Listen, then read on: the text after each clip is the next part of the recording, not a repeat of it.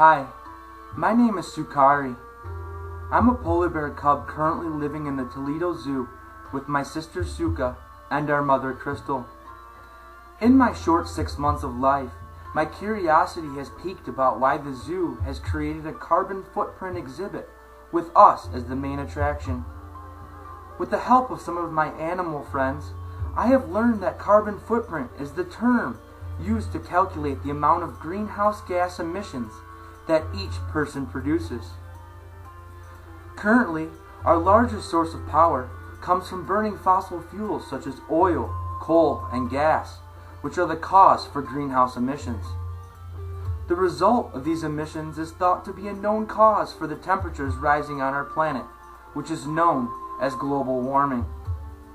Emissions from factories like this rise into the atmosphere and create a thick blanket of what we call greenhouse gases that reflect heat back towards Earth. The gases create climate conditions similar to what you would find inside a greenhouse. With the increasing demands of the world population and predictions of future population growth indicating that there will be over 9 billion people on Earth by 2050, and the amount of fossil fuels needed to supply everyone with power will have to grow to match that demand. So how does that affect polar bears like me? Well, us polar bears require a few things to survive: a cold climate, plenty of ocean ice, and the ability to travel across this ice to find food. The changes in global temperature are causing the ocean ice caps to melt more and more each year. And when your survival depends on swimming from iceberg to iceberg in search of food, we run into some problems when the distance from one iceberg to another keeps increasing.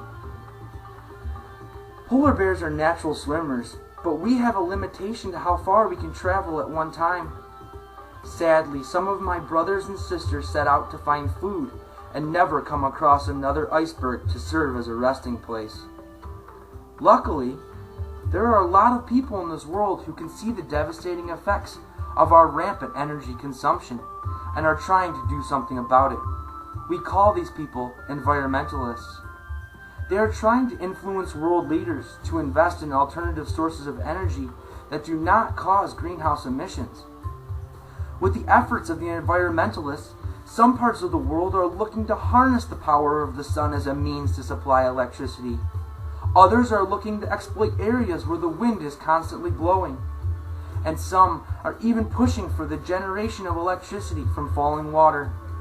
Nonetheless, the number of people on this planet who rely solely on fossil fuels greatly outnumber those who are interested in preserving its pristine beauty. The rest of my life is going to be spent staring through this glass at the people who have the ability to make the changes necessary to preserve the existence of my species in the wild. I just hope that it isn't too late for everyone to realize that we only have one planet that supports life, and when it's ruined, there's nowhere else to go.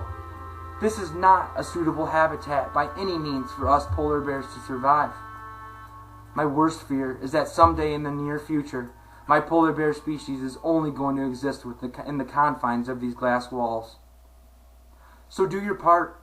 Help us out. Turn off the lights when you leave a room. Ride your bike. Walk more places. Write a letter to your senator about how you feel. Because in the end, everyone deserves a little happiness.